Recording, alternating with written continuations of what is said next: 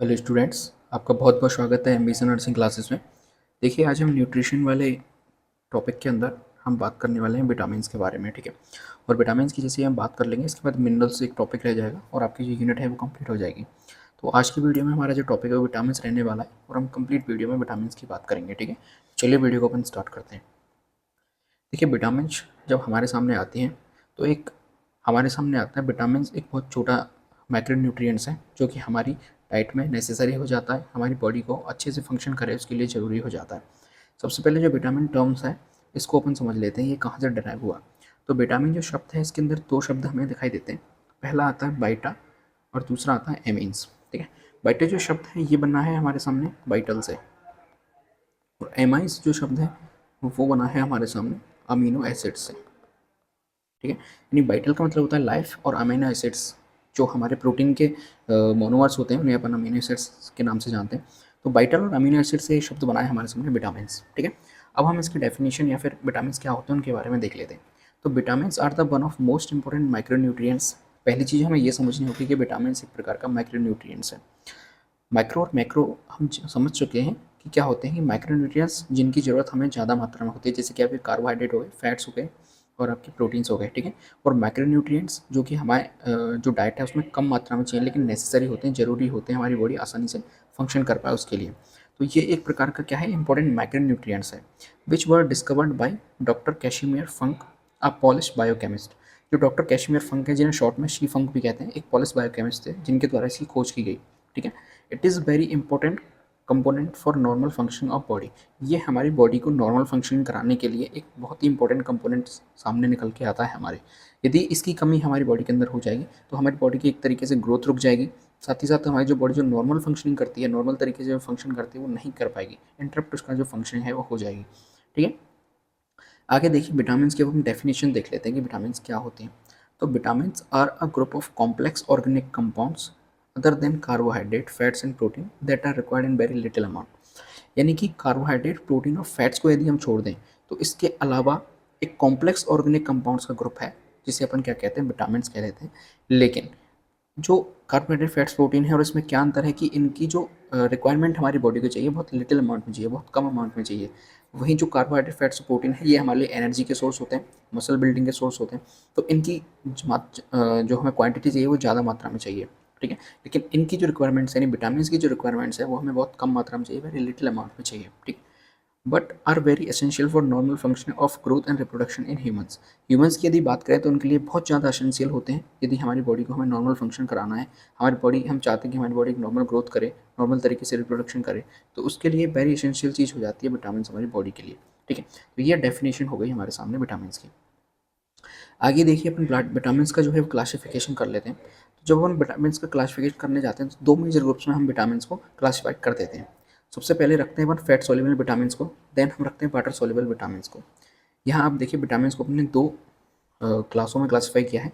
पहला है water soluble, दूसरा है फैट सोल्यूबल। वाटर सोल्यूबल के अंदर आते हैं आपके विटामिन बी का जो ग्रुप आता है, बी कॉम्प्लेक्स, जिसके अंदर आपकी 8 विटामिन आती हैं। ठीक है, और एक आती है विटामिन सी।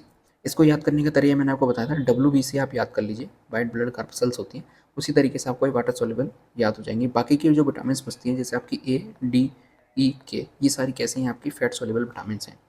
अब यहाँ पे हमारे सामने चीज़ आती है कि सबसे पहले हम फैट सोल्यूबल विटामिन की बात करते हैं। फैट सोल्यूबल विटामिन क्या होते हैं, किस तरीके से हमने क्लासीफाई किया है। तो फैट सोल्यूबल जो विटामिन है ये हमें नाम से पता लग रहा है कि ये जो विटामिन है ये फैट के अंदर सॉल्युबल होंगी। ठीक है, तो इनकी जो एब्जॉर्प्शन है, यानी कि ये जो विटामिन हैं जो फैट सोल्यूबल विटामिन होती हैं, ये केवल और केवल फैट की प्रेजेंस में ही सॉल्युबल होती हैं। ठीक है, यानी इनकी जो एब्जॉर्प्शन है वो केवल और केवल फैट के प्रेजेंस में ही एब्जॉर्ब होंगी ये हमारी बॉडी के अंदर। साथ ही साथ ये जो फैट सोल्युबल विटामिन हैं ये हमारी बॉडी में लंबे टाइम तक स्टोर के फॉर्म में रहती हैं, यानी हमारी बॉडी इनको स्टोर करके रख लेती है।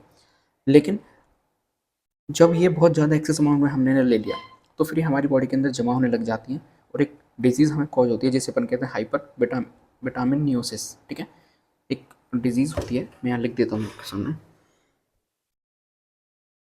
Hyper vitaminosis.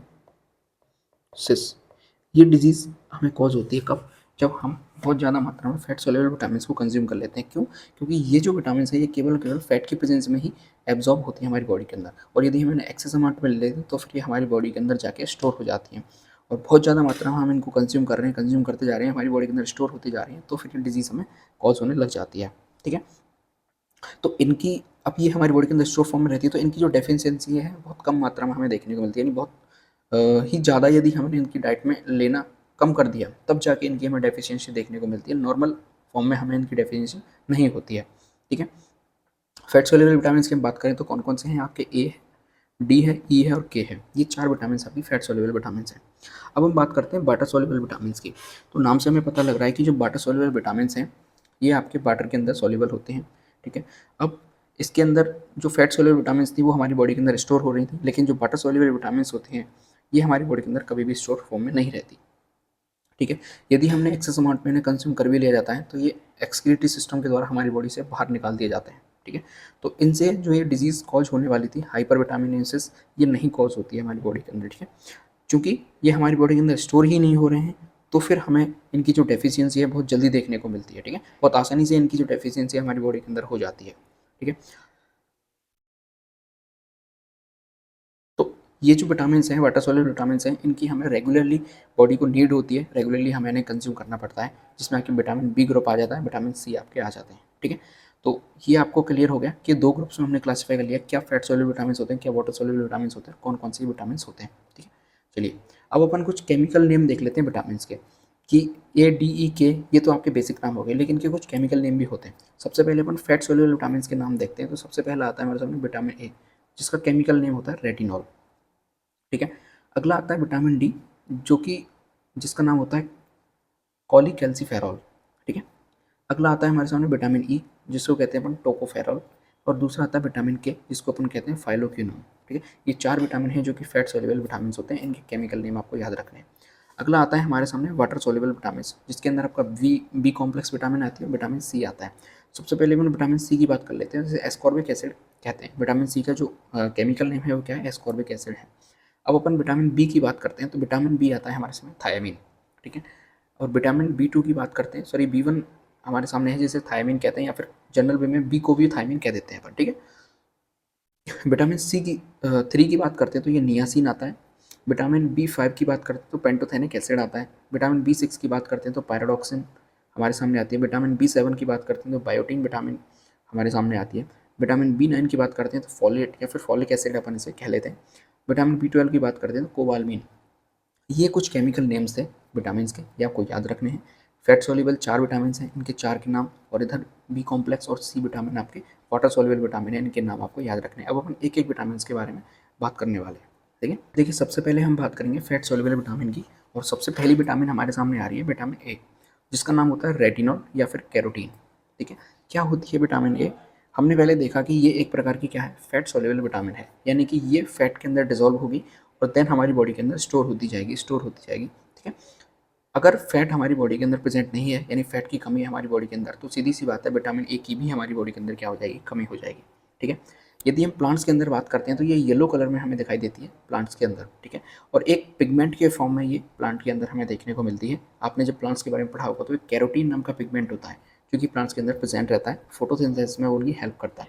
तो जो येलो कलर है प्लांट्स के लिए, वो कैरोटीन देते हैं। ठीक है, कैरोटीन पिगमेंट होता है, और जो उसी जो कैरोटीन है वो विटामिन ए का क्या होता है? प्रिकर्सर होता है। ठीक है, तो जो कैरोटीन है विटामिन ए लाइक एक्टिविटी करता है, and it is convert to vitamin A in the body.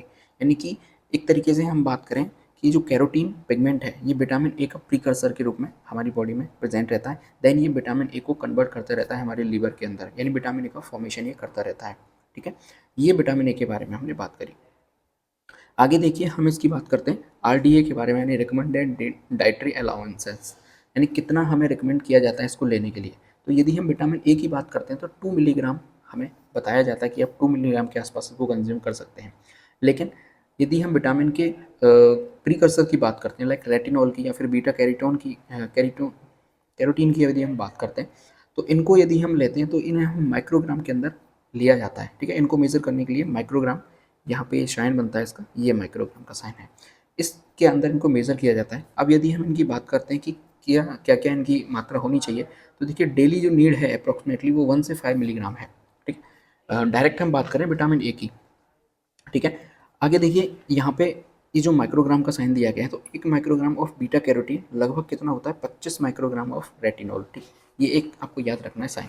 अब देखिए यदि हम मैन की बात करते हैं, एक एडल्ट वुमेन की बात करते हैं, बॉय की बात करते हैं, गर्ल्स की बात करते हैं, तो रेटिनॉल जो चाहिए हमें वो 60 मिलीग्राम के आसपास ज़रूरत पड़ती है। और बीटा कैरोटीन की बात करते हैं तो 2400 मिलीग्राम के अंदर हम इसे कंसिडर कर लेते हैं। ठीक है, अब आगे देखिए इन्फेंट के अंदर यदि हम बात करते हैं तो रेटिनॉल 350 मिलीग्राम और बीटा कैरोटीन 1200 मिलीग्राम के अंदर हमें आवश्यकता होती है। चिल्ड्रन की बात करते हैं, यानी छोटे बच्चे की बात करें, तो retinol 400 milligram, beta carotene 1600 milligram के अंदर हमें इतनी अप्रॉक्सीमेटली जो डाइटरी अलाउंसेस है वो बताई जाती है, रिकमेंड की जाती है। इससे यदि कम हम इसे कंज्यूम करते हैं तो फिर हमें इसकी जो डेफिशिएंसी है या उससे होने वाले जो बीमारी हैं वो हमें देखने को मिलती है। और यदि इससे ज़्यादा मात्रा में हम इसे कंज्यूम करते हैं देन ये फैट सोल्यूबल विटामिन है, तो ये हमारी बॉडी के अंदर स्टोर होने लग जाती है, देन हमें हाइपर विटामिनोसिस रोग हमें देखने को मिलता है। तो ये इसके आरडीए के बारे में हमने बात की। आगे देखिए हम इसके डाइटरी सोर्स की बात कर लेते हैं। यदि हमें विटामिन को कंज्यूम करना है, विटामिन ए को लेना है, तो कौन कौन से सोर्सेज हमारे सामने आएंगे जहाँ से कि हम इसे कंज्यूम कर सकते हैं। ठीक है, तो देखिए सबसे पहले हम बात करते हैं एनिमल सोर्सेज की। दो सोर्स हमारे सामने आते हैं, एनिमल सोर्स और दूसरे होते हैं प्लांट सोर्स। ठीक है, एनिमल सोर्स की हम बात करें तो एग्स आ गए सबसे बढ़िया जो सोर्स है हमारे सामने एनिमल के अंदर। एग्स हो गया, आपकी चीज़ हो गया, साथ ही साथ मिल्क हो गया, लिवर हो गया, फिश हो गई आपके सामने जो फैटी फिशेस होती हैं, चाहे वो कैंड हो या फिर वो फ्रेश फिश हो, वहाँ से आपको विटामिन ए का सोर्स आपको या फिर विटामिन ए आप ले सकते हैं, कंज्यूम कर सकते हैं। लेकिन जो एनिमल सोर्स होते हैं वहाँ से आपको रेटिनॉल के फॉर्म में ये जो विटामिन है वो हमें देखने को मिलती है। क्यों? क्योंकि रेटिनॉल है वो एनिमल्स के अंदर पाया जाता है और जो प्लांट्स हैं उसके अंदर पिगमेंट पाया जाता था जो हमने अभी बात की थी, कैरोटिनॉइड्स या फिर बीटा कैरोटीन।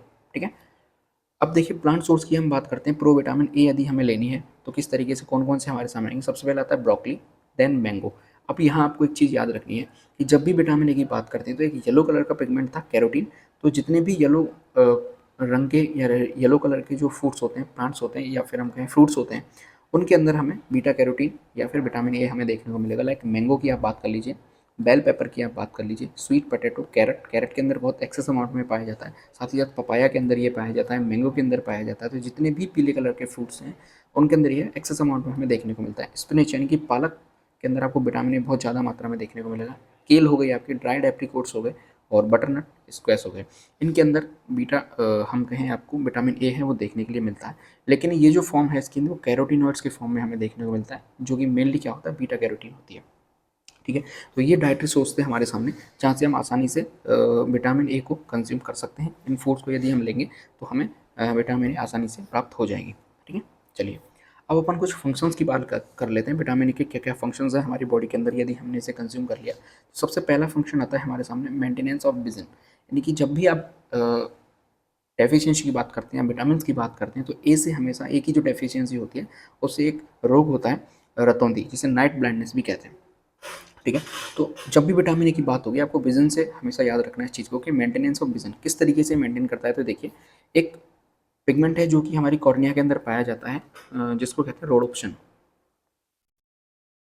रोडोप्सिन, ठीक है, ये रोडोप्सिन पिगमेंट है जो कि हमारी कॉर्निया के अंदर बनता है। इसके फॉर्मेशन में कौन हेल्प करता है, विटामिन ए हेल्प करता है। जो डाइट से हमने विटामिन ए लिया, ठीक है, अब ये जो विटामिन ए है ये ऑप्सन प्रोटीन के साथ मिलेगा। ठीक है, विटामिन ए का जो प्रीकर्सर है रेटिनएल्डिहाइड, ये ऑप्सन नाम की प्रोटीन है, उसके साथ हमें मिलेगा। देन हमारी रेटिना में रॉड सेल पाई जाती हैं। ठीक है, उन रॉड सेल के अंदर रेटिनएल्डिहाइड और ऑप्सन दोनों मिलेंगे, देन वो रोडोप्सिन के अंदर कन्वर्ट हो जाएंगे। तो एक तरीके से हम देखिए विटामिन ए क्या बना रहा है, रोडोप्सिन नाम का पिगमेंट बना रहा है। देन जो रोडोप्सिन है ये हमें पर्पल कलर का पिगमेंट है रोडोप्सिन, जो कि नर्व इम्पल्स से थ्रू हमारे जो डिम लाइट में विजन होता है उसको बहुत ज़्यादा बनाता है, यानी कि जो कम लाइट होती है वहाँ पे भी हमें देखने में हेल्प करता है। यदि रोडोप्सिन हमारी आइज़ के अंदर प्रेजेंट होगा, रेटिना के अंदर प्रेजेंट होगा, तो हमें कम लाइट में भी यानी डिम लाइट में भी हमें देखने में आसानी रहेगी। ठीक है, नहीं तो हमें कम लाइट में दिखाई नहीं देता। आगे देखिए ग्रोथ एंड रिप्रोडक्शन की हम बात करते हैं अगले फंक्शन की। तो ग्रोथ एंड रिप्रोडक्शन में ये किस तरीके से हेल्प करता है, तो vitamin is essential for normal and healthy growth. ठीक है, deficiency of vitamin A as shown impaired and improper growth. यदि विटामिन ए की हमारी बॉडी के अंदर डेफिशिएंसी हो जाएगी तो हमें इम्प्रॉपर ग्रोथ देखने को मिलेगी, यानी कि जितनी ग्रोथ हमें चाहिए वो हम नहीं देख पाएंगे। ठीक है। साथ ही साथ हम बात करते हैं जो विटामिन ए है वो मेंटेनिंग हेल्थी प्रेगनेंसी में भी हेल्प करता है, यानी कि जो प्रेगनेंसी होती है उसको हेल्थी रूप से मेंटेन करने में विटामिन ए का बहुत ज़्यादा मेजर रोल होता है यहाँ पे, ठीक है। साथ ही हम बात करते हैं कि जो मदर्स हैं उनके अंदर यदि विटामिन ए की डेफिशिएंसी हो जाती है ड्यूरिंग प्रेगनेंसी, तो सीधी सी बात है जो उसका बेबी है जो कि इनके पेट में बन रहा है उसके अंदर भी विटामिन ए की कमी हो जाएगी। देन कई बार क्या होता है कि विटामिन की इतनी ज़्यादा डेफिशिएंसी हो जाता है कि बच्चा जन्म से ही अंधा पैदा होता है, यानी कि उसे कुछ भी देखने में परेशानी होती है। तो इस वजह से जो विटामिन हैं ये आफ्टर बर्थ ही नहीं होके बिफोर बर्थ भी बहुत ज़्यादा रोल प्ले करती है हमारी बॉडी के लिए। अगली हम बात करते हैं डेवलप्स इम्यूनिटी, यानी इम्यूनिटी को किस तरीके से डेवलप करता है। तो देखिए जो विटामिन ए है जो हमारी बॉडी के अंदर जो एपिथीलिया पाई जाती है, ठीक है, जो स्किन है उसके अंदर एपिथीलिया पाई जाती है, तो उसको नॉर्मली मेंटेन करने के लिए विटामिन ए बहुत ज़्यादा रोल प्ले करता है, ठीक है। और जो एपिथीलिया है वो हमें सेल्फ डिफेंस या फिर हम कहें जो फर्स्ट लाइन ऑफ डिफेंस है माइक्रो ऑर्गेनिज्म के अगेंस्ट वो हमें प्रोवाइड कराता है। ये हमारी बॉडी है, मान के चलिए ये हमारी बॉडी का कोई ऑर्गन है, ऊपर की तरफ जो स्किन पाई जाती है इसके अंदर एपिथीलिया पाए जाते हैं। इस एपिथीलिया को मेंटेन करने के लिए हमें किसकी ज़रूरत होती है, विटामिन ए की ज़रूरत पड़ती है। यदि इस विटामिन ए को हम नहीं लेंगे तो हमें जो माइक्रो ऑर्गेनिज्म है वो एपिथीलिया को क्रॉस करके हमारी बॉडी के अंदर चले जाएंगे, देन हमें डिजीज़ वो कॉज कर सकते हैं। लेकिन इस विटामिन के थ्रू एपिथीलिया है उसके अंदर जो एपिथेलिया है बहुत ज़्यादा अच्छे तरीके से मेंटेन रहता है। देन जो फर्स्ट लाइन ऑफ डिफेंस होती है हमारी माइक्रोऑर्गेनिज्म के अगेंस्ट उसमें हमें हेल्प करता है, ठीक है। साथ ही साथ जो विटामिन ए है वो इम्यूनिटी को बूस्ट करने में भी हेल्प करता है।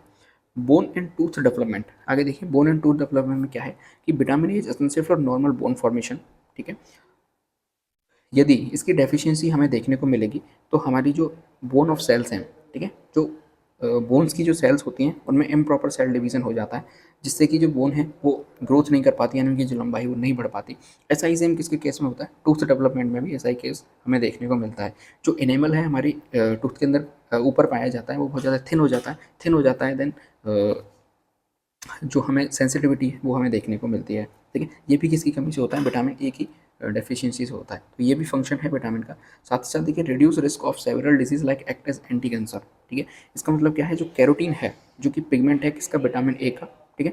ये एक एंटी कैंसर फाइटिंग कैपेसिटी रखता है, यानी जो कैंसर सेल्स होती हैं उनसे फाइटिंग करने की कैपेसिटी रखता है विटामिन ए का जो प्रिकर्सर है कैरोटीन, ठीक है। तो इस तरीके से जो कैंसर की जो रिस्क होती है उसको भी रिड्यूस करती है कौन, विटामिन ए। तो ये कुछ फंक्शंस थे विटामिन ए के बारे में हमने बात की। आगे देखिए हम absorption and metabolism of vitamin ए देख लेते हैं। तो जो बॉडी है वो विटामिन ए को रेटिनॉल की फॉर्म में एब्जॉर्ब करती है, ठीक है। जो एनिमल्स हैं वहाँ से हमें विटामिन ए रेटिनॉल की फॉर्म में प्राप्त होती है, ठीक है। और जो प्लांट हैं वहाँ से हमें जो विटामिन ए है वो बीटा कैरोटीन के रूप में प्राप्त होती है, ठीक है। Beta carotene convert into retinol in the intestine then absorb, जो बीटा कैरोटीन है उसको रेटिनॉल के अंदर कन्वर्ट किया जाता है, देन हमारी जो इंटेस्टाइन है उसको एब्जॉर्ब कर लेती है। All form of vitamin A absorb in the body in presence of fat, क्योंकि ये एक तरीके की फैट सॉल्युबल विटामिन है, इसलिए इस विटामिन को एब्जॉर्ब होने के लिए हमारी बॉडी में फैट की आवश्यकता होती है, ठीक है। आगे देखिए अब अपन स्टोरेज ऑफ विटामिन ए की बात कर लेते हैं, क्योंकि ये एक फैट सॉल्युबल विटामिन है तो ये हमारी बॉडी के अंदर क्या रहती है, स्टोर फॉर्म में रहती है, ठीक है।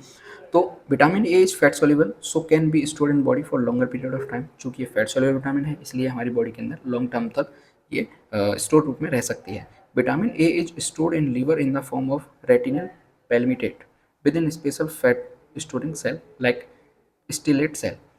विटामिन ए है हमारी लिवर के अंदर, ठीक है, हेपेटोसाइट सेल होती हैं, देन उनके नीचे एक सेल होती है जिसे अपन कहते हैं स्टीलेट सेल, ठीक है। स्टीलेट सेल के अंदर ये रेटिनल पाल्मिटेट के रूप में हमारी बॉडी के अंदर क्या रहती हैं, स्टोर फॉर्म में ये रहती हैं। तो ये हो गया आपका क्या, विटामिन ए का स्टोरेज। आगे देखिए डेफिशिएंसी ऑफ विटामिन ए अपन देख लेते हैं कि यदि विटामिन ए की हमारी बॉडी के अंदर डेफिशिएंसी हो जाती है तो हमें क्या क्या चीज़ें हैं वो देखने के लिए मिलेंगी। तो देखिए सबसे पहले हमारे सामने आता है क्या, नाइट ब्लाइंडनेस, ठीक है।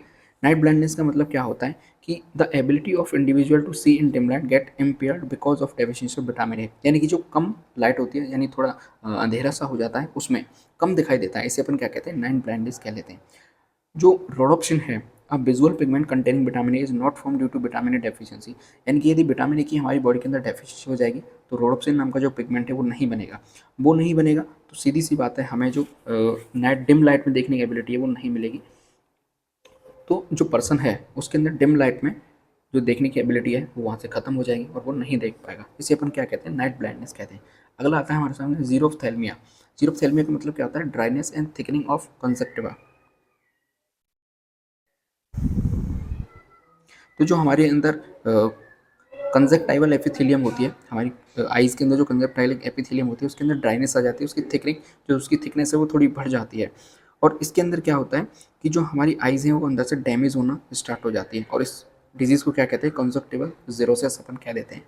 अगला आता है हमारे सामने केरेटोमलेशिया, अल्सर ऑन कॉर्निया, यानी जो हमारी आइज़ के अंदर कॉर्निया पाई जाती है उसके ऊपर छाले हो जाते हैं, उसके ऊपर घाव हो जाते हैं, इसे अपन क्या कहते हैं, केरेटोमलेशिया कह देते हैं।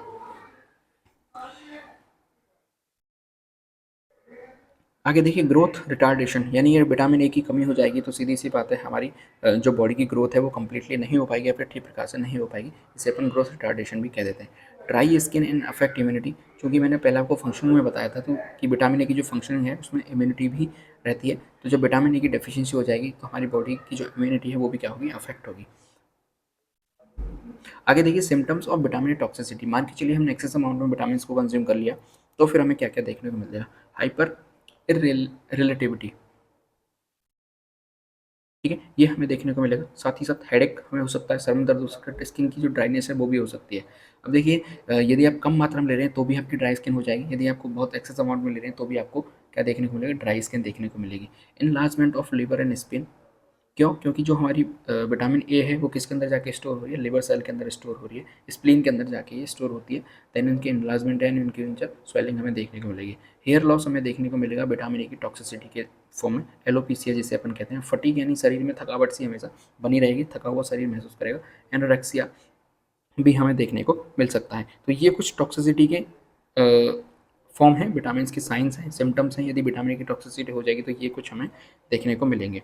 ठीक है, इस तरीके से विटामिन ए आपका कंप्लीट हो जाता है। आगे हम बात करते हैं अगले विटामिन के बारे में। आगे देखिए हम बात करेंगे विटामिन डी के बारे में, जिसका साइंटिफिक नेम हमने क्या पढ़ा, कैल्सीफेरॉल पढ़ा। ठीक है, और ये एक प्रकार की क्या है, फैट सोल्यूबल विटामिन है। तो इनके बारे में हम बात करेंगे। तो जो विटामिन है यानी जो विटामिन डी है, इसकी हम बात करते हैं तो इसकी जो प्रॉपर्टी है उसे अपन क्या कहते हैं, एंटी रिकेटिक प्रॉपर्टी हमारे सामने निकल के आती है। यानी इसकी जो डेफिशिएंसी है वो रिकेट्स कॉज करती है। तो रिकेट से यदि बचना है तो विटामिन डी की हमें जो एडिकेट अमाउंट है वो हमें लेना पड़ेगा। इसलिए इसकी जो प्रॉपर्टी है वो क्या होती है, एंटी रिकेटिक प्रॉपर्टी हम इसे कह देते हैं। यदि हम बॉडी में सिंथेसिस की बात करें कि किस तरीके से हमारी बॉडी में सिंथेसिस होती है, तो in human it is present in the form of 7 dehydroxy cholesterol with which is converted to vitamin D in presence of ultraviolet rays of sun. यानी कि ये हमारी बॉडी में 7 डिहाइड्रो कोलेस्ट्रॉल के रूप में प्रेजेंट रहती है। ठीक है, ये कैसी है, इसकी एक इनेक्टिव फॉर्म है। ठीक है, जब इसके ऊपर अल्ट्रावायलेट रेज ऑफ सन गिरेंगी, यानी कि जो सन के अंदर यूवी रेज होती हैं, धूप की जो किरणें होती हैं वो इसके अंदर गिरेंगी, देन ये कन्वर्ट हो जाता है कि इसके अंदर विटामिन डी के अंदर। देन विटामिन डी को हमारे जो लीवर है उसके द्वारा क्या कर लिया जाता है, एब्जॉर्ब कर लिया जाता है। तो कुछ इस तरीके से सिंथेसिस होती है हमारी बॉडी के अंदर, यानी कि ये एक इनेक्टिव फॉर्म है, हमारी बॉडी के अंदर पड़ा हुआ रहता है। और आपने कई बार सुना होगा कि धूप में बैठिए तो विटामिन डी मिलती है, तो ऐसा नहीं, विटामिन डी सन की रेज के अंदर प्रेजेंट है, ऐसा कुछ नहीं है। ऑलरेडी ये हमारी बॉडी के अंदर प्रेजेंट रहती है 7 हाइड्रो कोलेस्ट्रॉल के रूप में, जो कि क्या है, इसकी एक इनेक्टिव फॉर्म है। लेकिन जब यूवी रेज इसके ऊपर पड़ती हैं, इस कंपोनेंट के अंदर यूवी रेज पड़ती हैं, देन इसको कन्वर्ट कर दिया जाता है एक एक्टिव फॉर्म में, जिसे अपन क्या कहते हैं, विटामिन डी कह देते हैं। ठीक है, तो ऐसे नहीं है कि सन की जो रेज हैं उनके अंदर हमें विटामिन डी देखने को मिलती है, नहीं, हमारी बॉडी के अंदर ऑलरेडी प्रेजेंट है, बस उसे एक्टिव करना पड़ता है, तो सन की हमें ज़रूरत पड़ती है। आगे देखिए हम इसकी बात करते हैं आरडीए के बारे में, यानी रिकमेंडेड डेली अलाउंसेस, यानी कितना इसे लेना पड़ता है, कितना इसे रिकमेंड किया जाता है। तो vitamin D is considered as pro hormone and can be synthesized in body in adequate amount by exposure to sunlight. यानी कि इसको कंसिडर किया जाता है एज अ प्रो हार्मोन के रूप में, यानी ये एक ऐसी विटामिन है जिसको अपन हार्मोन के रूप में भी देख सकते हैं। ठीक है, तो और हमारी बॉडी में ही ये सिंथेसाइज होती है एडिकेट अमाउंट में। जब सनलाइट के अंदर एक्सपोजर हम लेते हैं, सनलाइट की प्रेजेंस में इसको हमारी बॉडी जाती है, देन वहीं हमारी बॉडी के अंदर ये सिंथेसाइज हो जाता है। Usually vitamin D is available from sunlight, but if exposure is lesser than ICMR as recommended daily supplement of 400 milligram या फिर माइक्रोग्राम का ही है वैसे। देखिए यूजुअली जो विटामिन डी है वो सनलाइट से हमें मिल जाता है, लेकिन कई बार क्या होता है कि कुछ जो वर्किंग मैन होते हैं, वर्किंग वुमेन होते हैं, वो सुबह 7 बजे 8 बजे भी ऑफिस चले जाते हैं, देन उनको टाइम नहीं मिलता कि वो धूप में बैठ सकें। ठीक है, आप अपनी लाइफ स्टाइल में देखिए, आप कितना टाइम धूप के अंदर बिताते हैं, तो हम बहुत कम धूप में बाहर निकलते हैं।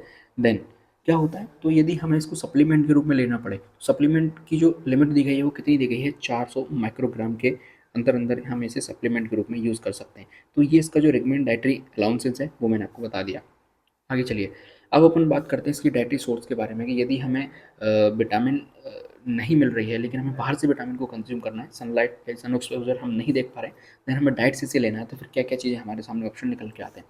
तो एल्स देन सनलाइट, यानी सनलाइट के अलावा vitamin D is present in fish liver oil, योग एग योग या फिर बटर एंड मिल्क। ये कुछ सोर्सेज हैं विटामिन डी के जहाँ से हम विटामिन डी को ले सकते हैं, कंज्यूम कर सकते हैं एज अ डाइट के फॉर्म में। तो सबसे पहले आता है हमारे सामने मिल्क, यानी आप सबसे ज़्यादा दूध में देख लीजिए विटामिन डी को। देन सनलाइट तो है ही हमारे सामने सबसे बेटर ऑप्शन। देन एग्स आ जाते हैं आपके सामने, यदि आप नॉन वेजिटेरियन तो एग्स आप कंज्यूम कर सकते हैं। मशरूम के अंदर विटामिन डी हमें आसानी से देखने को मिलता है, पॉर्क के अंदर, बीफ लीवर के अंदर, या फिर आपका रिकॉटा चीज़, ठीक है, सोल और फ्लंडर फिश के अंदर हमें देखने को मिलता है। देन सीरियल्स होते हैं, जो अनाज होते हैं, उनके अंदर भी विटामिन डी प्रेजेंट होता है। लेकिन जो सन एक्सपोजर से जो हमें विटामिन मिलता है उसमें हमें किसी भी प्रकार के डाइट की ज़रूरत नहीं पड़ती, किसी भी प्रकार के सोर्स की हमें ज़रूरत नहीं पड़ती, बस आपको धूप के अंदर बैठना है। अब यहाँ पे कई बार कन्फ्यूजन होता है कि सर कितने बजे, हम तो 12 बजे बाहर निकलते हैं, 1 बजे बाहर निकलते हैं, तो नहीं, इसमें बहुत ज़्यादा यदि आप उस धूप में बैठेंगे तो आपको हार्म भी हो सकता है, ठीक है, उन यूवी रेज से आपको हार्म भी हो सकता है। सुबह सुबह की जो 7 से और 8 बजे की धूप होती है, बस वही जो है सफिशिएंट होती है। 1 घंटे की जो धूप होती है वही सफिशिएंट होती है विटामिन डी के लिए, क्योंकि यदि इससे ऊपर ऊपर आप देखेंगे 10-11 बजे की गर्मियों के अंदर आप धूप देखेंगे तो बहुत तेज़ वो धूप हो जाती है, उससे आपकी विटामिन डी का तो पता नहीं, लेकिन इसकी ज़रूर बर्न हो जाएगी, ठीक है। तो उस चीज़ से हमें बचना, जो सुबह 7-8 बजे की जो धूप होती है वो सफिशिएंट होती है हमारी बॉडी के लिए, ठीक है। आगे देखिए अपन फंक्शंस की बात कर लेते हैं, विटामिन डी के फंक्शंस क्या होते हैं।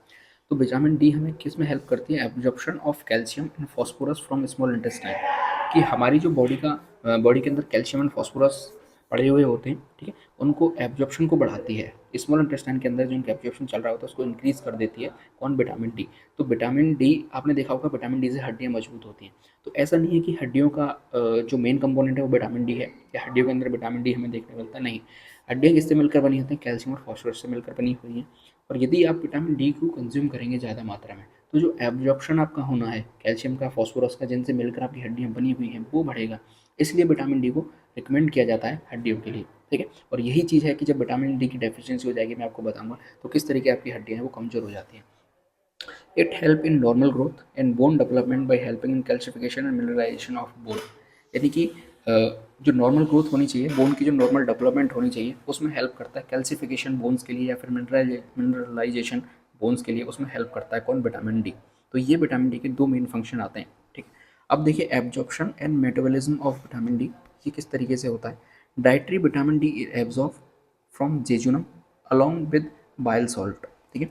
तो जो जेजुनम है, हमारी स्मॉल इंटेस्टाइन है, उसके अंदर विटामिन का जो एब्जॉर्प्शन है वो होता है, और साथ ही साथ क्या होते हैं, उसके बाइल सॉल्ट्स भी उसके अंदर एब्जॉर्ब हो जाते हैं।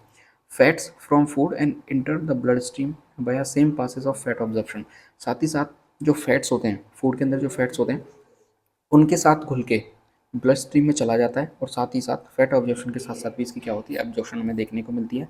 It is converted into metabolically active form by ultraviolet rays of sun, then इसको कन्वर्ट कर दिया जाता है, मेटाबॉलिकली इसको एक्टिव फॉर्म में कर दिया जाता है अल्ट्रावायलेट रेज के द्वारा, ठीक है। आगे देखिए स्टोरेज, अपन विटामिन डी की देख रहे थे कि किस तरीके से विटामिन डी फॉर्म होता है, देन किस तरीके से हमारी बॉडी के अंदर स्टोर रहता है। तो विटामिन डी के यदि स्टोर की बात करते हैं तो इनएक्टिव फॉर्म में हमारी बॉडी के अंदर स्टोर रहता है, और इनएक्टिव फॉर्म कौन सी होती है, इसकी 7 डिहाइड्रोकोलेस्ट्रॉल, ये इसकी इनएक्टिव फॉर्म है। और जब इसको सन एक्सपोजर मिलता है, यानी यूवी रेज मिलती है, देन ये एक्टिव फॉर्म में चला जाता है विटामिन डी 3, ठीक है, कॉमनली। अब देखिए यहाँ पे क्या हो रहा है, ये हमारी स्किन है, ये हमारी स्किन के अंदर एक क्या है, इनएक्टिव फॉर्म में ये पड़ा हुआ है, ठीक है। अब यहाँ पर सन एक्सपोजर यहाँ से मिला, ठीक है, 290 से 315 नैनोमीटर की यूवी रेज यानी यूवी बी रेज इसको मिली, देन ये कन्वर्ट हो गया किसके अंदर, विटामिन डी 3 के अंदर। देन विटामिन डी 3 हमारे ब्लड प्लाज्मा के अंदर जाएगा, ठीक है। और हमने कुछ डाइटरी विटामिन डी भी लिए, D2 लिया, D3 लिया, ये दोनों विटामिन सब हमारे ब्लड प्लाज्मा के अंदर है, ब्लड स्ट्रीम के अंदर है। देन इनको भेजा जाएगा कहाँ पे, लिवर के अंदर, ठीक है। लिवर में इसके बाइल सॉल्ट मिलेंगे, देन इसका प्रोसेस किया जाएगा, प्रोसेस करने के बाद इसको कन्वर्ट कर दिया जाएगा इसके अंदर 25 हाइड्रोक्सी विटामिन D3, ठीक है। अब ये कहाँ जाएगा, किडनी एंड लोकल प्रोडक्शन के लिए बाहर भेजा जाएगा इसको। देन अब ये किसके अंदर कन्वर्ट हो जाएगा, 125 hydroxy vitamin D3 कैल्सिट्रॉल active vitamin D3। अब ये क्या है, यहाँ पर एक्टिव फॉर्म है किसकी, विटामिन D3 की। अभी यहाँ पर ये क्या था, इनएक्टिव फॉर्म था, लेकिन जैसे ही सन एक्सपोजर मिला, लीवर के अंदर भेजा गया, देन प्रोसेस हुई यहाँ से। जैसे ये देखिए विटामिन D3 था, यहाँ पे प्लाज्मा से लीवर के अंदर गया, लीवर से अंदर ये यहाँ आया, देन इसको किसके अंदर चेंज कर दिया गया, एक्टिव विटामिन D3 के अंदर चेंज कर दिया गया। देन आगे जाके ये बायोलॉजिकली अफेक्ट होता है, जीन एक्टिवेशन में हमारी हेल्प करता है, जो बोन्स होती हैं उनमें किस तरीके से ये काम करता है। ठीक है। तो ये स्टोरेज एंड एब्जॉर्प्शन मेटाबॉलिज्म आपको विटामिन का समझ में आ गया होगा। आगे देखिए, यदि डेफिशिएंसी हो जाती है विटामिन डी की तो हमें क्या क्या चीज़ें देखने को मिलती हैं, किस तरीके से ये हमें चीज़ें करवाता है। देखिए, सबसे पहली जो बीमारी है रिकेट्स होती है, जो कि विटामिन डी की डेफिशिएंसी से हमें देखने को मिलती है। अब रिकेट्स होता क्या है? ये जो रिकेट्स है बेसिकली हमें बच्चों के अंदर देखने को मिलती है। ये एक विटामिन डी की डेफिशिएंसी डिजीज़ है जो कि बच्चों को अफेक्ट करती है। और इसके अंदर बच्चों की एज ग्रुप की बात करें तो 1 से 3 साल के जो बच्चे होते हैं उनको ये बेसिकली क्या करती है, अफेक्ट करती है। यदि हम सिम्टम्स की बात करते हैं तो जो रिब्स होते हैं या बोन होते हैं बहुत ज़्यादा छोटे हो जाते हैं, उनकी ग्रोथ नहीं हो पाती क्योंकि उनके अंदर जो कैल्सिफिकेशन होना है, फॉस्फोरस जमना चाहिए, वो वहाँ पे एब्जॉर्प्शन नहीं हो पाता। देन जो बोन्स है वो छोटी रह जाती है। साथ ही साथ जो उनकी चेस्ट होती है, रिब्स होती हैं, चेस्ट वो बाहर निकल जाती है। ठीक है, कबूतर की तरह उनकी जो चेस्ट है वो हो जाती है। इनलार्जमेंट ऑफ रिस्ट हो जाता है। नी है वो नॉक नी हो जाते हैं। एंकल जॉइंट्स हैं वो बहुत ज़्यादा बड़े हो जाते हैं, हमें देखने को मिलते हैं। और जो स्कल की जो बोन्स होती हैं वो बल्गिंग हो जाती हैं, यानी बहुत बड़ी हो जाती हैं। और जो हेड की बोन बोन है वो आपस में ठीक प्रकार से जॉइंट्स नहीं हो पाती। ये कुछ रिकेट्स के क्या हैं, सिम्टम्स हैं जो मैंने आपको अभी बताए। साथ ही साथ दूसरी जो डिजीज़ होती है वो कौन सी होती है? ऑस्टियोमलेशिया। ऑस्टियोमलेशिया जो शब्द है इसका अर्थ होता है सॉफ्टनिंग से, यानी जो आपकी बोन्स होती हैं बहुत ज़्यादा सॉफ्ट हो जाती हैं। ठीक है, जिससे डिसफॉर्मिटीज़ आ जाती हैं लेग के अंदर, स्पाइन के अंदर, थोरैक्स के अंदर, पेल्विस के अंदर आपको बहुत ज़्यादा सॉफ्टनिंग देखने को मिलेगी। ये भी क्या है? एक कैल्शियम डेफिशिएंसी हमें देखने को मिलती है, या फिर इसे अपन विटामिन डी की डेफिशिएंसी कह देते हैं। इसके सिम्टम्स की यदि बात करें तो pain in back, blow backbone and pain in leg, क्योंकि हड्डियों के अंदर सॉफ्टनिंग है तो वहाँ से हमें पेन देखने को मिलता है। और chances of spontaneous multiple fracture increase हो जाते हैं, क्योंकि जो बोन्स हैं वो ज़्यादा सॉफ्ट हो गई हैं तो हमें बहुत ज़्यादा मल्टीपल टाइम्स फ्रैक्चर हमें देखने को मिल सकते हैं। चांसेस हैं वो बढ़ जाते हैं, यानी छोटी सी भी चोट लगी तो आपको फ्रैक्चर होने के चांसेस बढ़ जाते हैं। चलने में परेशानी होती है, डिफ़िकल्टी इन वॉकिंग होती है, ट्रेम्बलिंग ऑफ फिंगर्स हो जाता है। ठीक है, तो ये कुछ क्या थे, सिम्टम्स थे किसके? ऑस्टियोमलेशिया के। आगे हम बात करते हैं डेंटल हेल्थ की, कि डेंटल हेल्थ को किस तरीके से ये कॉज करता है विटामिन डी की डेफिशिएंसी। तो देखिए, जो बच्चे होते हैं उनके अंदर यदि विटामिन डी की डेफिशिएंसी हो जाती है तो फिर यहाँ पर जो टीथ हैं आपके वो इरप्शन होना स्टार्ट हो जाता है। ठीक है, जो टीथ का इरप्शन होना चाहिए वो डिले हो जाता है, यानी बहुत लेट में वो दांत निकलते हैं। साथ ही साथ जो टीथ हो जाते हैं वो मोर प्रोन हो जाते हैं किसके? इन्फेक्शन के, यानी उनमें आसानी से इन्फेक्शन हो सकता है। साथ ही साथ बात करते हैं अगली डिजीज़ की, तो वो क्या होती है? टेटेनी हो जाती है। टेटेनी का मतलब क्या है कि मसल ट्विचिंग यानी मसल के अंदर क्रैम्प्स आ जाते हैं, कन्वल्सन हो जाता है मसल्स का। ठीक है, और ये भी किसकी वजह से होता है? विटामिन डी या फिर कैल्शियम की कमी से देखने को हमें मिलता है। तो ये कुछ विटामिन डी की डेफिशिएंसी से डिजीज़ थी जो कि कॉज होती हैं। आगे देखिए, विटामिन डी यदि हमने एक्सेस अमाउंट में कंज्यूम कर लिया तो उसके क्या क्या सिम्टम्स होते हैं, या फिर हाइपर विटामिनोसिस डी क्या चीज़ होती है? यदि एक्सेस अमाउंट में हमने ले लिया तो एक्सेसिव कैल्शिफिकेशन ऑफ बोन हो जाएगा, बहुत ज़्यादा जो कैल्शियम है उसका एब्जॉर्प्शन हमारी बॉडी करने लग जाएगी। देन हमें किडनी स्टोन्स हमें देखने को मिलेंगे, यानी पथरी हमें देखने को मिलेगी। और मेटास्टिक कैल्शिफिकेशन ऑफ सॉफ्ट टिश्यू, यानी कि जो सॉफ्ट टिश्यू हैं उनके अंदर भी कैल्शिफिकेशन होना स्टार्ट हो जाएगा, लाइक किडनी हो गई आपकी, हार्ट्स हो गए, लंग्स हो गए, टिम्पैनिक मेम्ब्रेन हो गई, उनके अंदर भी कैल्शिफिकेशन हमें देखने को मिल जाएगा। हाइपर कैल्शियम, यानी बॉडी के अंदर बहुत ज़्यादा कैल्शियम एक्सेस अमाउंट में आना स्टार्ट हो जाएगा। हेडेक हमें देखने को मिलेगा, वीकनेस हमें देखने को मिलेगा। तो ये कुछ क्या है आपकी विटामिन डी की टॉक्सिसिटी के सिम्टम्स हैं। ठीक है, इस तरीके से आपकी विटामिन डी है वो कंप्लीट हो जाती है। आगे हम अगली विटामिन की बात करते हैं। अगली विटामिन की हम बात करते हैं तो वो है विटामिन ई, जिसे अपन क्या कहते हैं? टोकोफेरोल कह रहे थे। तो देखिए क्या होता है कि vitamin E is also known as anti sterolytic vitamin, यानी कि विटामिन ई को हम टोकोफेरल कह रहे हैं। साथ ही साथ इसका एक जो कॉमन नेम है वो क्या है? एंटी स्टेरोलिटिक विटामिन, यानी कि एक तरीके से नपुंसकता की विटामिन अपन इसे कह सकते हैं। ठीक है, क्यों? क्योंकि जो इवंस एंड बिशॉप नाम के जो साइंटिस्ट थे, Evans and Bishop found that this is fat soluble vitamin is necessary for reproduction in rats. सबसे पहले जो इवन एंड बिशॉप नाम के साइंटिस्ट थे, इन्होंने रिप्रोडक्शन इन रैट्स के लिए नेसेसरी इस विटामिन को देखा। तो इसे अपन क्या कहते हैं? एंटी स्टेरोलिटिक विटामिन भी कह रहे थे। क्योंकि ये विटामिन कैसी है? फैट सॉल्युबल विटामिन है, इसलिए ये हमारी बॉडी के अंदर क्या रहती है? स्टोर फॉर्म में रहती है। ठीक है, यदि हम इसकी आरडीए की बात करते हैं कि रिकमेंडेड डाइटरी अलाउंसेस क्या होता है, तो देखिए RDA for vitamin E is linked to poly unsaturated fatty acid, जिसे शॉर्ट फॉर्म में प्यूफा कहते हैं। The requirement of vitamin E suggested by ICMR is 0.8 milligram per gram of essential fatty acid. ठीक है, देखिए ये जो विटामिन ई है ये पॉली अनसैचुरेटेड फैटी एसिड होते हैं, उनके साथ लिंक रहती है। ठीक है, तो इसकी जो ICMR के द्वारा जो रिकमेंडेड रिक्वायरमेंट सजेस्ट की गई है वो कितनी है? 0.8 milligram per gram of essential fatty acid, यानी जो असेंशियल फैटी एसिड है उसका 1 ग्राम के अंदर 0.8 मिलीग्राम क्या होना चाहिए? आपका विटामिन ई होनी चाहिए। इसका जो आरडी है वो ये बताया गया है। ठीक है।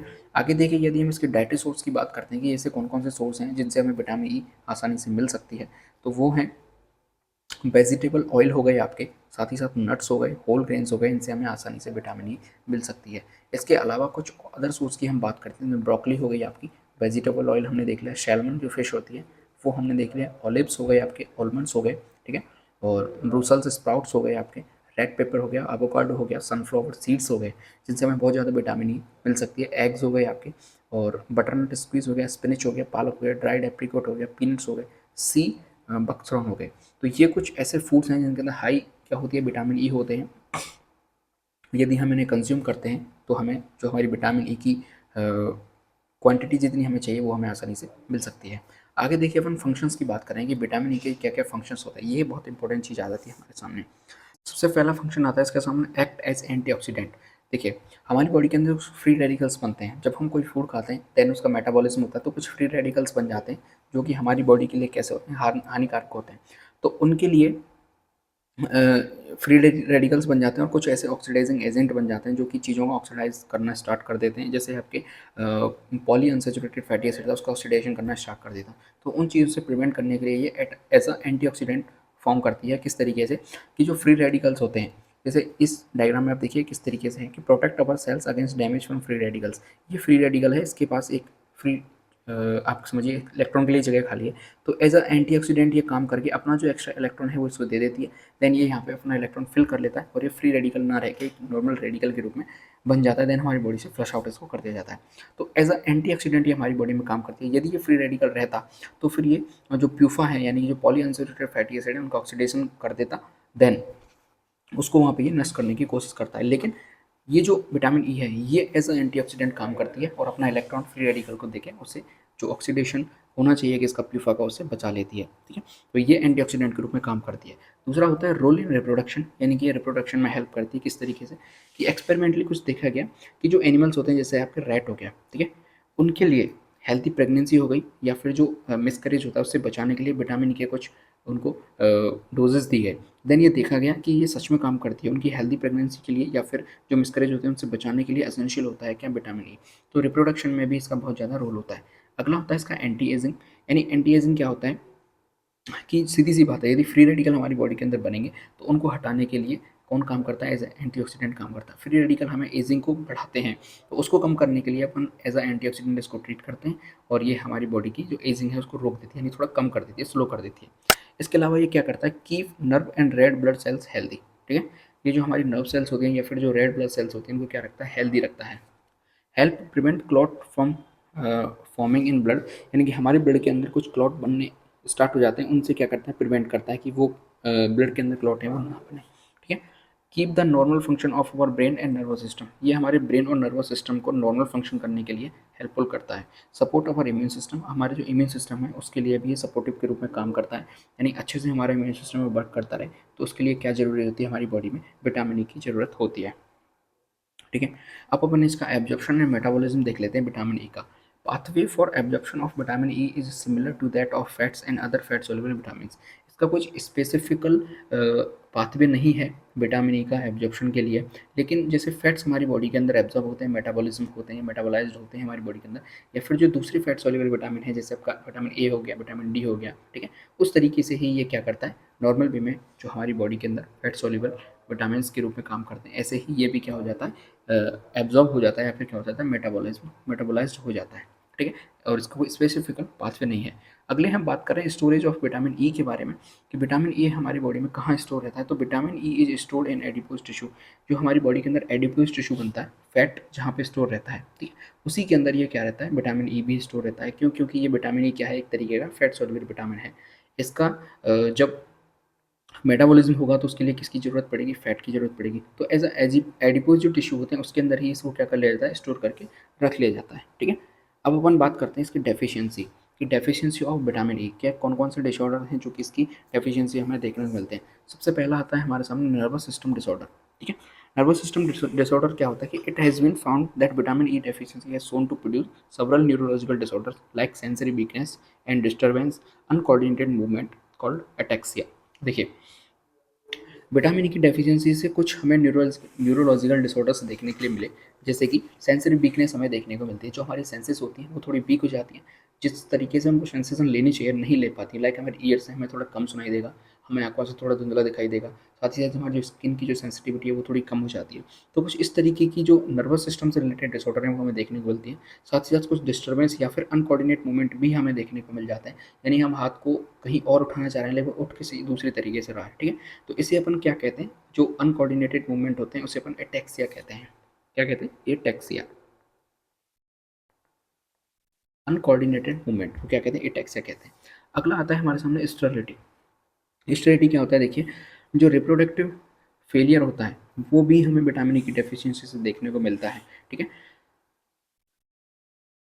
लेकिन ह्यूमंस की हम बात करते हैं तो ह्यूमंस के अंदर से अभी कंप्लीटली नहीं पढ़ा गया है, यानी कंप्लीटली इसके ऊपर रिसर्च अभी जारी है कि ह्यूमंस के अंदर भी ये हमें स्टेरिलिटी दिखाता है या नहीं दिखाता। लेकिन ये रिप्रोडक्शन से रिलेटेड विटामिन जरूर है, यानी ह्यूमन जब अपने रैट्स के अंदर देखा इसके लिए तो ये काम कर रहा था, यानी इसको नेसेसरी या फिर हम कहें ज़रूरत वाली चीज़ थी एक रैट्स के अंदर। लेकिन ह्यूमंस के अंदर यदि हम बात करें तो इसके ऊपर रिसर्च अभी जारी है।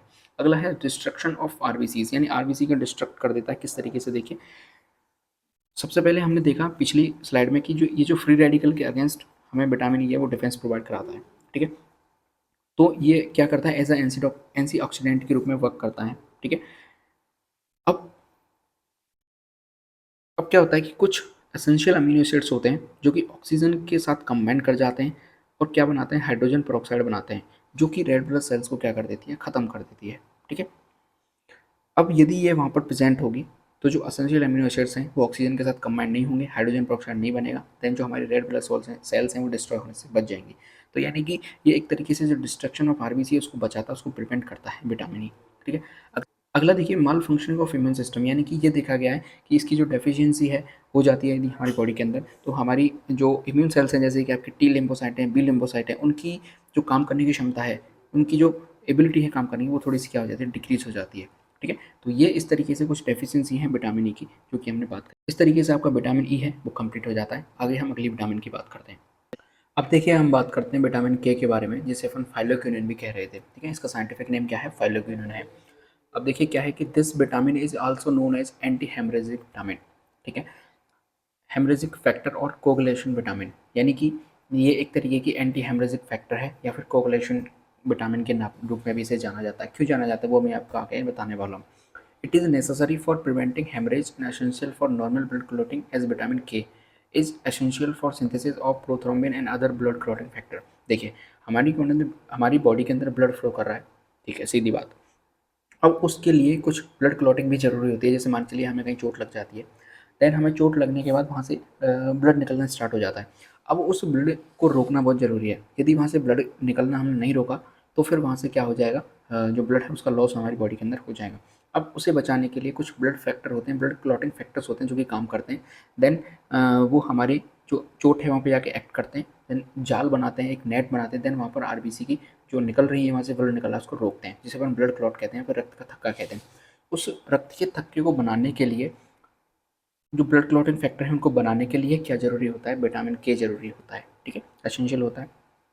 दूसरी चीज़ होती है हेमरेज। हेमरेज का मतलब है चोट लगना, और उस चोट से भी प्रिवेंट करता है कौन? विटामिन के हमें प्रिवेंट करता है। इसीलिए अपन इसे क्या कहते हैं? एंटी हेमरेजिक फैक्टर या फिर कोगुलेशन विटामिन भी अपन इसे कह देते हैं। कोगुलेशन का मतलब क्या होता है? किसी चीज़ को एक जगह पर लाके बाउंड करना। तो उसके लिए कौन काम करता है? विटामिन के काम करता है, ठीक है। अब देखिए, यदि हम इसके रिकमेंडेड डाइटरी अलाउंस की बात करते हैं कि यदि हम आरडीए हमें देता है तो कितना मिलना चाहिए इसका, there is no specific recommendation for vitamin K as there is variation in vitamin K synthesis in intestine, ठीक है।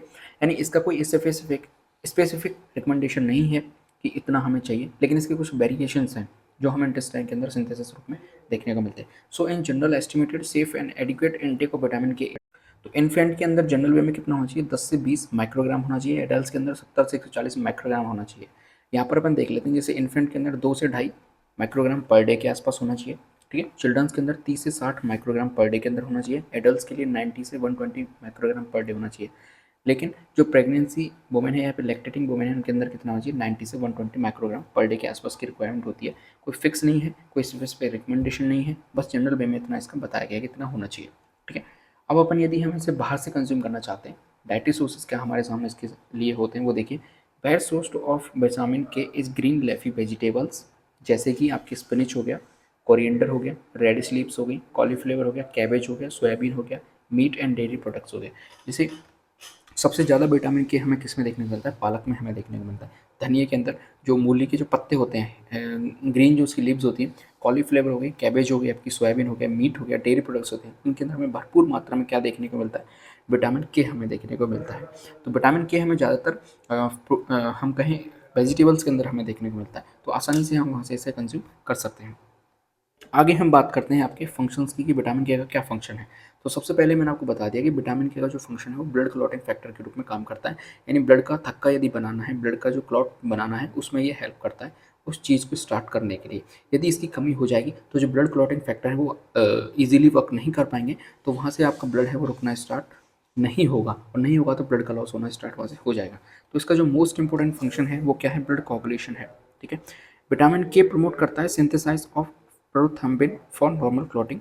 प्रोथ्रोम्बिन एक हार्मोन है या एक प्रकार का सब्सटेंस है जो कि ब्लड क्लॉटिंग की जो प्रोसेस होती है, हम फिजियोलॉजी के अंदर पढ़ेंगे, वहाँ पे ये हेल्प करता है। ठीक है। तो प्रोथ्रोम्बिन बनता है, देन वहाँ से थ्रोम्बिन बनता है, फिर उससे आपके एक नेट बनता है, देन जाके आरबीसी उस नेट में फंस जाती है, देन हमारा ब्लड का क्या बन जाता है, क्लॉट बन जाता है।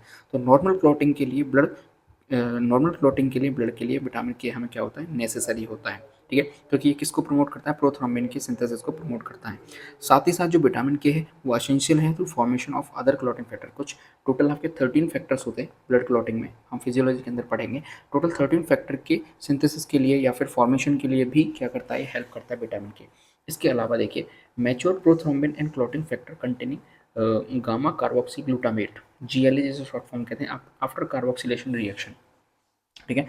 तो प्रोथ्रोम्बिन को बनाने के लिए या फिर जो क्लोटिंग फैक्टर होते हैं जिनके अंदर गामा कार्बोक्सी ग्लूटामेट होता है कार्बोक्सिलेशन रिएक्शन के बाद, उसके लिए किसकी ज़रूरत पड़ती है, आपके विटामिन के की ज़रूरत पड़ती है। Vitamin K is essential for the carboxylase enzyme involve. ठीक है। कार्बोक्सिलेज एंजाइम को बनाने के लिए किसकी ज़रूरत पड़ती है, एसेंशियल होता है विटामिन के। डाईहाइड्रोक्विनोन form of vitamin K is essential for this reaction. ठीक है। ये जो रिएक्शन होती है, कार्बोक्सिलेशन रिएक्शन होती है या फिर जो ब्लड क्लॉटिंग की जो रिएक्शन होती है, उसके लिए डाईहाइड्रोक्विनोन फॉर्म ऑफ विटामिन के की एक फॉर्म है डाईहाइड्रोक्विनोन, जो कि जरूरत होती है दिस रिएक्शन के लिए। ठीक है। तो ये कुछ फंक्शंस थे किसके, विटामिन के। आगे absorption and metabolism upon vitamin के की बात करें तो विटामिन के क्या है, एक फैट सॉल्युबल विटामिन है। ठीक है। तो ये सीधी सी बात है, also absorb in presence of bile, यानी कि बाइल या फिर फैट की प्रेजेंस में एब्जॉर्ब होगा हमारी बॉडी के अंदर। So it is usually absorb in upper portion of the small intestine. Upper, तो जो हमारी स्मॉल इंटेस्टाइन उसका अपर पोर्शन होता है उसके अंदर ये बेसिकली या फिर यूजुअली हम बात करें वहाँ पर जाकर एब्जॉर्ब हो जाता है। ठीक है। आगे देखिए, हम इसकी डेफिशिएंसी की बात करें, विटामिन के की डेफिशिएंसी क्या क्या होती है। तो ईजी बर्वीजिंग हो जाएगी, यानी कि आसानी से आपको चोट लग सकती है। ठीक है। और एक बार चोट लगी देन आपका ब्लड जो वहाँ से लॉस होना स्टार्ट होगा, निकलना स्टार्ट होगा, देन वो रुकेगा नहीं, बहुत आसानी से उसको रुकेगा नहीं, बहुत लेट वहाँ पे जाके अब क्या बनेगा, ब्लड का थक्का बनेगा।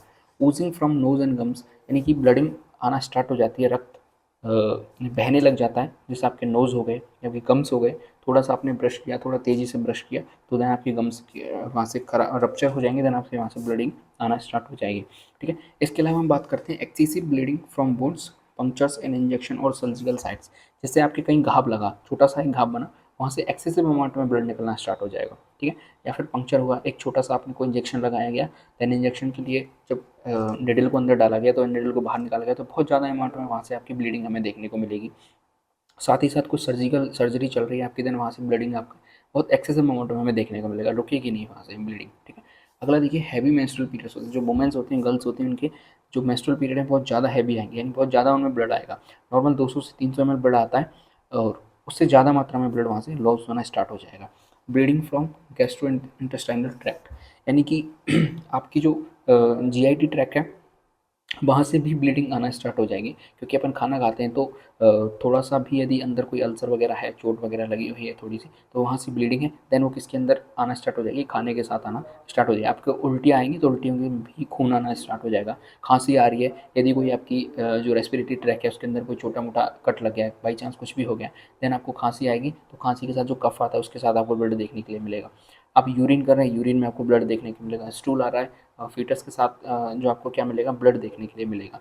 तो ये सारी चीज़ें हैं। ब्लीडिंग जब भी आपको देखने को मिल रही है, एक्सेस अमाउंट में यदि ब्लीडिंग आपको देखने के लिए मिल रही है, तो वहाँ सीधी सी बात है कि इसकी डेफिशिएंसी, विटामिन के की डेफिशिएंसी हमें देखने को मिलती है।